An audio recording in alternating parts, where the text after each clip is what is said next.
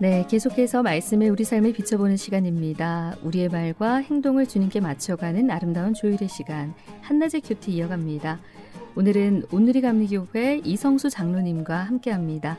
어서 오세요, 장로님. 네, 사모님 반갑습니다. 네, 반갑습니다. 네, 저는 장로님과 이전에 같은 교회를 섬겼고요. 네. 자주 뵀었는데 오늘 또 이렇게 스튜디오에서 뵈니까 네. 또 다른 느낌입니다. 저도 평소에 교회에서 이렇게 사모님하고 지내다가 사모님께서 이제 주로 방송이나 또는 칸타타 나레이션 하는 걸 통해서만 이렇게 뵙다가 이런 좀 어색한 공간이지만 네. 사모님을 뵈서 더 좋습니다. 네, 저도 여기서 뵈니까 더 반갑습니다. 네네. 자, 오늘 이 시간 저희가 한낮의 큐티 시간으로 갖게 되는데 이제 오늘 금요일 순서고요. 이 시간에는 고신총회 교육원에서 펴내는 월간 복 있는 사람 교재로 함께 나누고 있습니다. 인터넷 검색창에 복 있는 사람 찾아보시면 오늘의 말씀 본문 확인하실 수 있고요.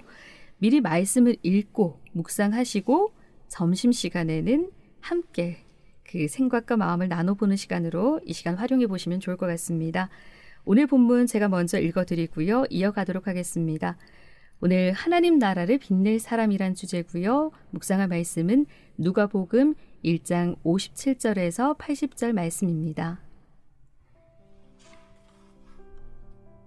엘리사벳이 해산할 기한이 차서 아들을 낳으니 이웃과 친족이 주께서 그를 크게 긍휼히 여기심을 듣고 함께 즐거워하더라. 8일이 되매 아이를 할례하러 와서 그 아버지 이름을 따라 사가랴를 하고자 하더니 그 어머니가 대답하여 이르되 아니라 요한이라 할 것이라 하매 그들이 이르되 내 친족 중에 이 이름으로 이름한 이가 없다 하고 그의 아버지께 몸짓하여 무엇으로 이름을 지으려 하는가 물으니 그가 서판을 달라 하여 그 이름을 요한이라 쓰매 다 놀랍게 여기더라. 이에 그 입이 곧 열리고 혀가 풀리며 말을 하여 하나님을 찬송하니 그 근처에 사는 자가 다 두려워하고 이 모든 말이 온 유대 산골에 두루 퍼지매 듣는 사람이 다 이 말을 마음에 두며 이르되 이 아이가 장차 어찌 될까 하니 이는 주의 손이 그와 함께 하심이 이러라. 그 붙인 사가랴가 성령의 충만함을 받아 예언하여 이르되 찬송하리로다 주 이스라엘의 하나님이여 그 백성을 돌보사 속량하시며 우리를 위하여 구원의 뿔을 그 종 다윗의 집에 일으키셨으니 이것은 주께서 예로부터 거룩한 선지자의 입으로 말씀하신 바와 같이 우리 원수에게서와 우리를 미워하는 모든 자의 손에서 구원하시는 일이라. 우리 조상을 긍휼히 여기시며 그 거룩한 언약을 기억하셨으니 곧 우리 조상 아브라함에게 하신 맹세라. 우리가 원수의 손에서 건지심을 받고 종신토록 주의 앞에서 성결과 의로 두려움이 없이 섬기게 하리라 하셨도다. 아멘. 네, 장로님. 네네. 오늘 누가복음 1장 57절에서 80절 말씀인데 제가 75절까지 낭독해 드렸고요. 네네. 오늘 이 말씀 어떻게 묵상하셨는지 말씀을 이제 좀 나눠보도록 하겠습니다. 네. 이번 주부터 이 큐티가 누가복음에 대해서 이렇게 우리가 진행해 오고 있는데 누가복음은 사복음서 가운데서 인자이신 예수님에 대해서 강조하는 복음서로 알고 있습니다. 네. 예수님께서 누가복음 19장 10절 말씀에 인자가 온 것은 잃어버린 자를 찾아 구원하려 함이니라 하고 하시며 예수님께서 이 땅에 오신 목적을 명확하게 제시하고 있는 것 같습니다. 그리고 오늘 저희들은 이제 세례 요한에 대해서 아마 살펴볼 것 같은데 네. 세례 요한은 구약의 마지막 예언서 중에 하나인 말라기서 4장에서 엘리야의 영성으로 올 이에 대한 예언이 지난 화요일의 큐티에서 다루었던 누가복음 1장 17절 네. 말씀에서 세례 요한의 잉태와 탄생으로 성취됨을 우리가 오늘 볼 수가 있는 것 같습니다. 네. 그래서 세례 요한의 잉태를 예언해 준 천사 가브리엘의 말대로 모두 이루어지며 사가랴와 엘리사벳의 말씀에 순종함으로 아이의 이름을 사가랴가 아니라 네. 요한으로 짓게 되는 그런 장면인 것 같습니다. 네, 그렇죠. 오늘 말씀 63절 말씀에서 그가 서판을 달라 하여 그 이름을 요한이라 쓰매 다 놀랍게 여기더라 하는 이 말씀 구절에서 보면은 그 천사가 했던 그 말씀을 순종하는 그런 모습을 볼 수 네. 있는데요. 장로님께서는 오늘 이 본문 말씀 가운데 어느 말씀에 이렇게 좀 포커스를 두고 묵상하셨는지 궁금합니다. 네, 저는 특별히 66절 말씀에 하단부에 보면 주의 손이 그와 함께 하심이러라 이렇게 되어 있습니다. 네. 보면은 주의 손이 세례 요한과 함께함으로 이웃과 친족들이 이 아이의 미래에 대해 기대하며 주목한다고 이렇게 66절에 나와 있는데 제가 이제 이 말씀을 오늘날의 우리들의 상황으로 조금 적용해 보았는데 네. 과연 우리들의 자녀들이 주의 손이신 하나님의 말씀과 성령과 함께 하고 있는지, 우리 아이들이 세상의 사람들과 교회 안에서의 성도들에게 기대가 되며 주목되는 인간으로 살아가고 있는지에 네. 대해서 좀 생각을 해봤습니다. 그래서 오늘날 교회 안에서 저를 비롯한 많은 성도들이 자녀들을 위하여 기도는 하면서도 네. 하나님 나라를 빛낼 인물보다는 세상적인 가치관의 근거를 둔 어떤 성취를 이루는 자를 길러내려고 하진 않는가 깊이 묵상을 해보았습니다. 그래서 어려서부터 하나님의 말씀과 기도로 양육되는 아이들은 정말 여기 나와 있듯이 하나님의 손이 항상 동행하시기에 하나님의 나라를 빛낼 인물들로 자라날 수 있지 않을까 생각해 봅니다. 네, 말씀하신 것처럼 그렇죠. 자녀들을 위해서 기도는 정말 열심히들 하세요. 네. 그런데 그 기도가 과연 하나님 보시기에 하나님 원하는 사람으로 자라나기 위한 기도인가, 아니면 부모님이 보기에 네. 그러니까 우리들 입장에서 우리 아이가 세상적으로 성공하고 세상적으로 인정받는 사람으로 자라길 원하는 기도인가, 우리가 조금 점검해 볼 필요는 있을 것 같습니다. 네, 그런 부분에 있어서 저는 우리가 과연 하나님을 얼만큼 신뢰하느냐, 어떠한 믿음이 있느냐에 따라 달라진다고 생각하는데 저희가 입술로는 하나님께서 우리 자녀들을 저희가 사랑하는 것보다 더 사랑한다고 이렇게 고백은 하면서도 과연 우리의 심령의 중심으로부터 그것이 진정으로 고백되는지에 대해서 좀 생각해 봐야 되지 않을까 생각합니다. 네. 제가 대학에서 대학생들을 지난 25년 동안 가르치고 있는데 제일 안타깝고 조금 슬픈 현실이 뭐냐면은 아이들이 20세가 넘어서 대학에 진학하였는데도 인생의 목표가 없음을 볼 때 참 씁쓸합니다. 네. 그러니까 왜 그런가 저는 신앙적으로 돌아볼 때에 하나님께서 우리 아이들을 만드셨는데 그 피조물인 아이들이 그 만드신 하나님에 대해서 너무 모르기 때문에 저들을 향하신 하나님의 거룩한 목적과 비전을 알지 못하기에 방황하지 않나 이런 생각을 해봅니다. 네.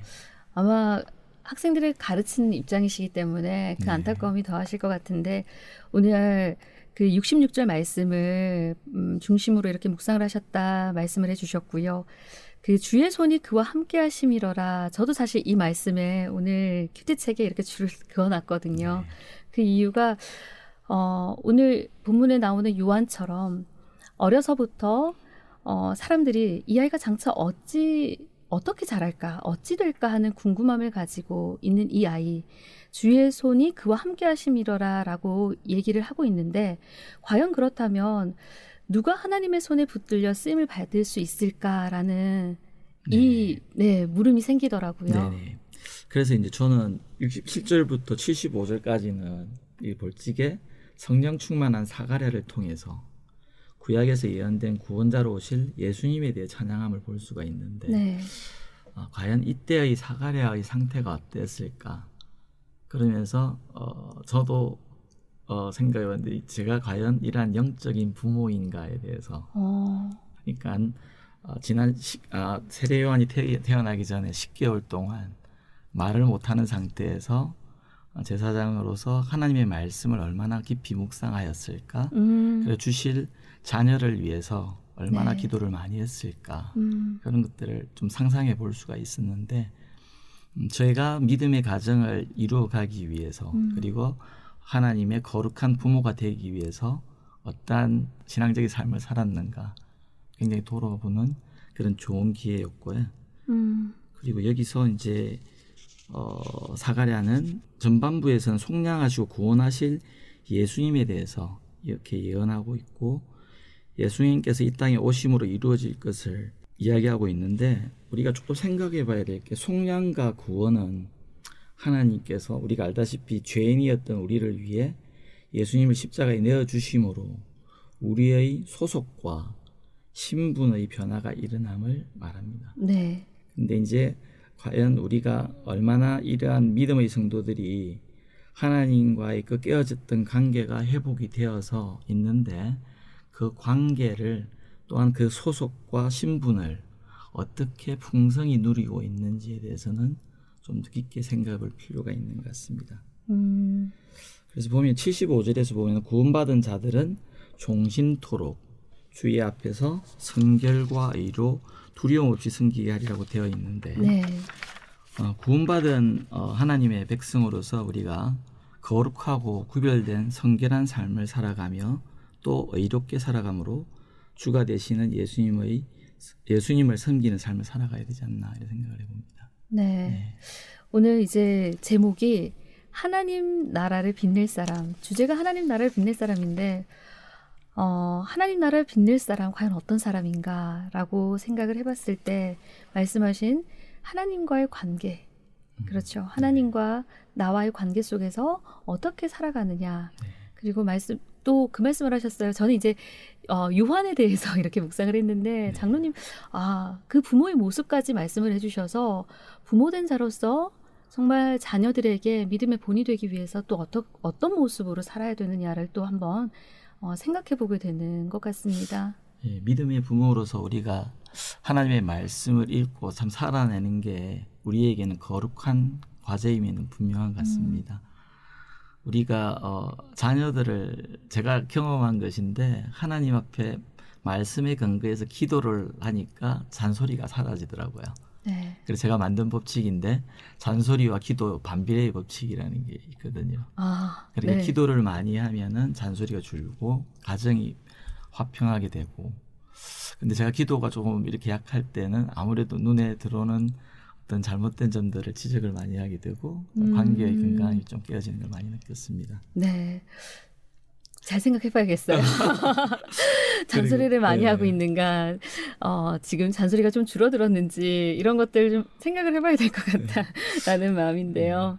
그리고 저희 76절부터는 그래서 이제 오늘의 주인공이 이제 세례 요한의 대해서 생각해봤는데 76절부터 이제 세례 요한의 정체성에 대해서 네. 이렇게 예언하고 있는 것 같은데 제가 요약을 해보니까 지극히 높으신 이의 선지자와 주 앞에 가서 거기를 준비하는 자 그리고 제사함으로 말미암는 구원을 알리는 자로 이렇게 말하고 있는 것 같습니다. 네. 그래서 우리가 뒤에 이제 읽어보면 알지만 세례 요한이 장성하여 말씀에 순종함으로 이 모든 사명들을 다 이루어가는 것을 우리는 알 수 있습니다. 네. 그래서 세례 요한 같이 구원받은 저희들도 하나님께서 이 땅의 선지자로서 그리고 예수님의 재림을 준비하는 자로서 또한 구원의 감격과 기쁨을 알리는 자로 부르신 것을 믿습니다. 저는. 네. 그래서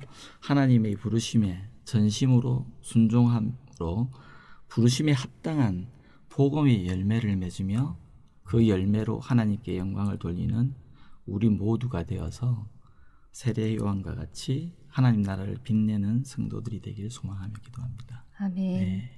네, 오늘 하나님 나라를 빛낼 사람 이 말씀으로 어떤 사람이 하나님 나라를 빛낼 사람인가? 세례 요한과 같이 주의 손이 그와 늘 함께 하신 자. 다시 말해서 부르심에 합당한 자로 살아가는 그 모습 가운데 하나님께서 반드시 그 사람들을 사용하시고 쓰시겠지요. 네, 오늘 이렇게 장로님과 함께 누가복음 1장 57절부터 80절 말씀으로 묵상을 해봤는데요. 오늘은 여기까지 나누도록 하겠습니다. 네, 사모님 감사합니다. 네, 장로님 감사합니다. 네, 한낮의 큐티 오늘은 온누리 감리교회 이성수 장로님과 말씀 나눴습니다.